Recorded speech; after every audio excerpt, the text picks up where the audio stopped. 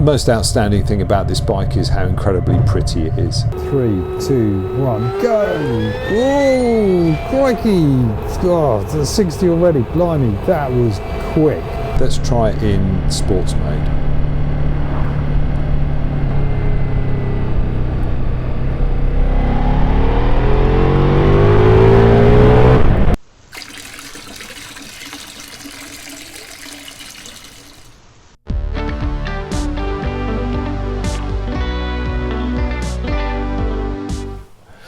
Hi, welcome to my garage. As you know, I really love two-strokes. I love my RD 350 and my TZR 250. Wonderful bikes. But also, I like adventure bikes. Now, I have a Ducati Multistrada 1200 and it's time for a change. So what I've done is I've done a test ride on the EV bike, the Energica Experia, and also my bike's bigger brother, the Ducati V4S. So let's have a look at what those bikes are like on the road, and I will tell you the decision that I've made, and in fact I will show you the decision I made at the end of this video. But before we get into the test rides, let's address the elephant in the room. Do bikers actually want electric motorcycles? Yeah, sure, there's electric vehicles and that's one market, and there's motorcyclists and that's another market, but bringing the two together, have we created a vegan shotgun where we don't have anybody that is in both camps? I don't know. But do you actually have any choice anyway? In the UK, you won't be able to buy a petrol motorcycle from 2035. They're being phased out through government legislation. And if you think that's far-fetched, how many two-strokes can you buy right now? Our choice has been taken away from us, and it is go green or go green. This is your last chance. After this, there is no turning back. If you take the green pill, you will feel confused and self-righteous, but a little poorer for it. If you take the also green pill, same deal. Wait, they're both green. Yes, but only you can make the choice. So I don't really have a choice, do I? Also in the UK, aside from this choice being taken away from us, there's dangerous signs in the future about a pay per mile tax. It's already coming in for cars and it will probably come in for motorcycles. It's just not explicit. Choice is not about net zero. Net zero is the same thing as saving money, being more efficient. There's nothing wrong with that. That what is wrong is not being able to ride fantastic motorcycles like this anymore.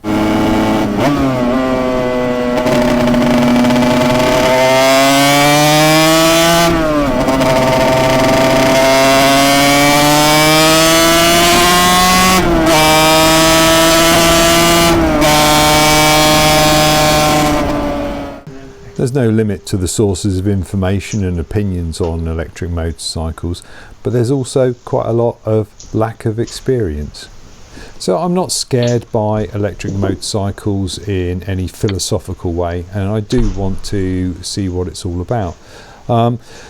Some people say that there's problems with limited range, and I'm not bothered by that, because realistically, if you can plug it in overnight in your garage, then that saves you a trip to the petrol station. So in my books, that's win-win.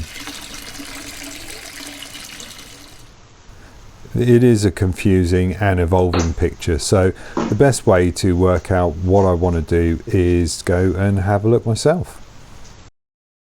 Let's get on the road, and this is my Ducati Multistrada 1200S. When I bought it, there was an offer on where you could have a bunch of accessories, so I've got a lot of the Gran Turismo upgrades on this. Yeah, the screen, there's little stickers on the wheels, all sorts of fun things. Recently I've gone and put a 𝗏𝗏𝗡 full exhaust system on it, and that sounds epic. The bike's got different modes for engine. different modes for suspension. The suspension on this motorcycle is Ducati Skyhook, and effectively what that means is the electronic suspension picks up what's happening on the road in front from the front forks, and it reacts really, really quickly to give you a smooth ride, but keep everything planted. But I think the best thing about this bike is the torque and the V2.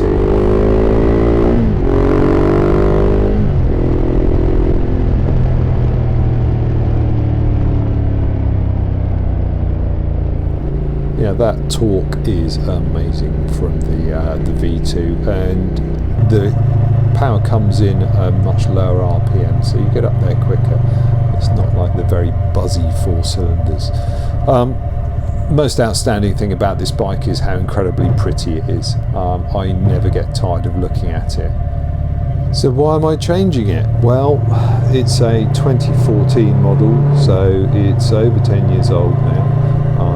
Hasn't done a massive amount of miles, but I think it's time to see something new. There's a lot more technology out there, both in terms of rider aids and safety features that you can have on motorcycles, and of course in terms of electric motorcycles. So my choice is between an Energica Experia electric motorcycle and the Ducati V4S Multistrada, which is the bigger brother to this.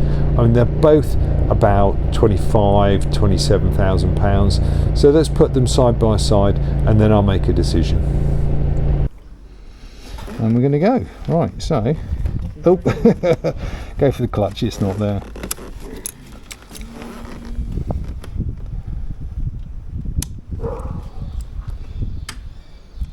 Going to be very strange. Right, apparently we're on.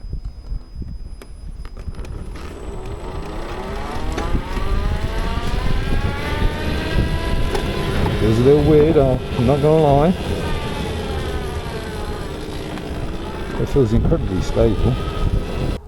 And thanks to the English electric motorcycle company for letting me ride their police demonstrator version of the Energica Experia. I must say this was quite a interesting bike to ride. I really liked it. I liked the power delivery. I liked the handling to a degree. The rear shock was absolutely terrible. You'd need to replace that. In terms of getting the power on, it does it quite well. Not bad at all. So if we take a look at the stats, this bike is actually quite heavy at 260 kilograms, but you really don't notice it.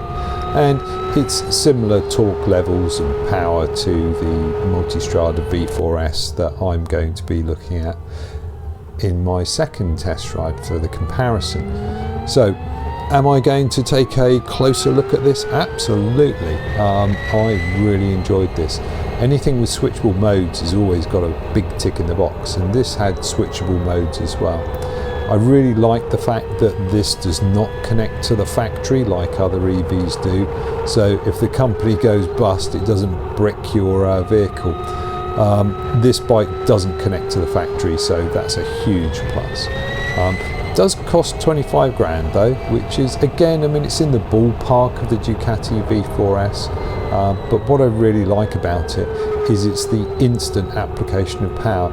You absolutely don't have to set it up, get in the right gear. So let's take a look at how that works. Here comes national speed limit. So I'm doing about 30 miles an hour, and let's see what it's like on a speed test. 3, 2, 1, go! Oh, crikey! Oh, it's 60 already. Blimey, that was quick. Oh, that was fun.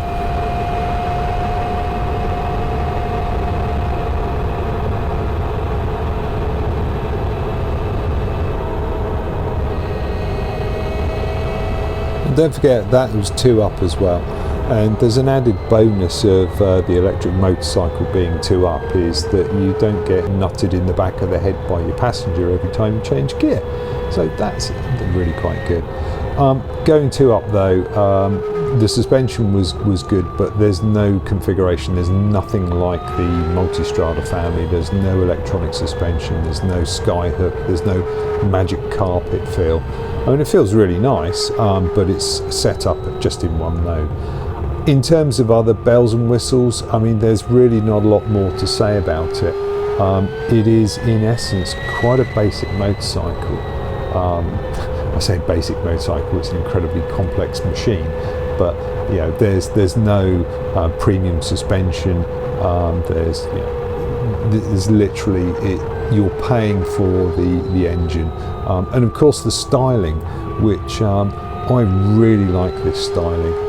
Okay, I know it's got the police colours on in a minute, but if you take a look on the Energica website and have a look at the black version, that's the one I would go for. That said though, Energica isn't actually a thing anymore. It kind of went a little bit bust, and we'll come on to that later. But in terms of this motorcycle, you know, it's a really, really nice bike. I've got a full review video on this bike, including me charging it up for the first time. So 25 grand, it's too expensive, given in fact that the depreciation is absolutely horrendous. The costs are horrendous. I had to drive halfway across the country just to test ride this. There is no dealer network, and with Energica going bust, there's less likely to be. So let's take a look at the Ducati. And the competition for the Energica Experia and my wallet is the Ducati Multistrada V4S. 170 brake horsepower and 231 kilograms. It's a bit heavy, but not a lot different from the Energica. Now this bike has a lot of new toys over and above what I've got on my 1200 Multistrada. Quick shift is one of them, but also so is adaptive cruise control. Let's take a look at that. I wonder what cruise control can do going downhill. Now hopefully a car will turn off, forcing me to brake. This should be interesting. It does do the brakes. How cool is that? How cool is that? That is really cool. Proper adaptive cruise. I'm very happy. So that's a really nice touch. Also is the colour screen. That's an upgrade over what I've got. The suspension is still the sky hook suspension. In a word, you can change the settings and you can make it harder or softer, depending on if you're touring or going in a sporty ride. And on roads like this, normally I leave it in touring. It seems to be the best of both worlds. So there's also cornering ABS. There's also things where you can connect it to your phone. I never got around to testing that out. I was just more interested in the ride. Obviously the quick shift is a great deal of fun, but the engine for me really did feel a little bit lackluster. It lacked the urgency, the torque and the aggression of the twin. So let's try it in sports mode.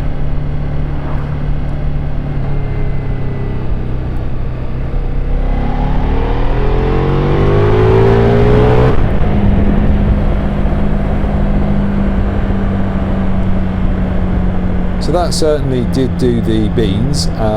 It was quite quick, but was it as exciting as the bike I've already got? Well, partially I've got the 𝗩𝗚𝗢𝗓𝗓 full exhaust system on there, so that adds a little bit to the excitement. So my conclusions on this bike from my perspective is it worth it? No, very simply not. The insurance is 10 times what I'm paying already, because it's, you know, the bike is so much more expensive. Has it got enough extra stuff over mine? Yeah, it's got some nice features, but none of it is really enough to say it's significantly different. And plus, my bike looks really pretty, and I think this looks quite ugly. So I'm not going to be picking this up. I'm going to be returning this here to 𝗦𝗛𝗢𝗧𝗚𝗨𝗡, and there's my gorgeous 1200 looking very sexy. That's the one I'm going to ride home with, absolutely no question in my mind. Back to EVs, let's just check on where the market is and what it looks like for the future. The whole MotoGP electric bike world championship is going on hiatus due to lack of interest. The organisation cite a lack of viewership and an electric performance motorcycle market that has not developed as expected. Well, what a surprise. Here we are. Wow, lots and lots of charging. Lots and lots of charging places here. That's good. So InstaVolt. Okay, we'll figure out how to use this. Let's let me work out how to charge a motorcycle for the first time, and let's talk about the things that M-Guy was talking about, the reality of EV motorcycles, particularly in the UK. So in the UK we had Norton take £8.5 million of government funding for a project it couldn't complete. Energica went bankrupt, it is liquidated, is now just selling parts. Motor-E, as we heard, was cancelled, and lastly, the UK EV sales are terrible. So, Energica, there's only 61 bikes in the UK, the sales have been declining. That Experia I've got there is only one of 9 in the country. That's incredible numbers. So are these things dead? No, not at all. Small bikes under A2 size make up 90% of the EV market. They are taking over from the 50s and the 125s, but not big bikes. Let's take a look at 2023 in a bit more detail, the new bike sales versus the big bike EVs. And the new bikes, from a petrol perspective, were 90,000, big EVs only 58. EV bikes are 2 to 3 times more expensive than their petrol counterparts, and their depreciation absolutely tanks. So I'm not going to be a part of this market. It's just too expensive, too much waste. As you can see, my 1200 Multistrada is still here. So I didn't choose the EV for the reasons stated, obviously. I also didn't choose the upgrade, the V4S, for the reasons that we talked about. So the best bet for me was to keep my 1200. It is by far and away the cheapest option as well. In fact, it's so cheap. I've saved so much money on insurance and all sorts of things by keeping my old bike that I bought something else. Over here, with the money I saved, I bought this. Again, this is not a new motorcycle. This is a 2019 Honda CRF 250 RX. The RX means it's a detuned motocross version suitable for the road. So let me show you around some of the features on this bike. We have twin radiators feeding effectively what is the motocross engine bike. On here I have a sat-nav system. I've got another video out on that if you're interested. But this bike has got a custom Geico wrap. The best thing about it is twin exhausts. It's fantastic. So I'll tell you what, let's start it up and we'll see what it sounds like.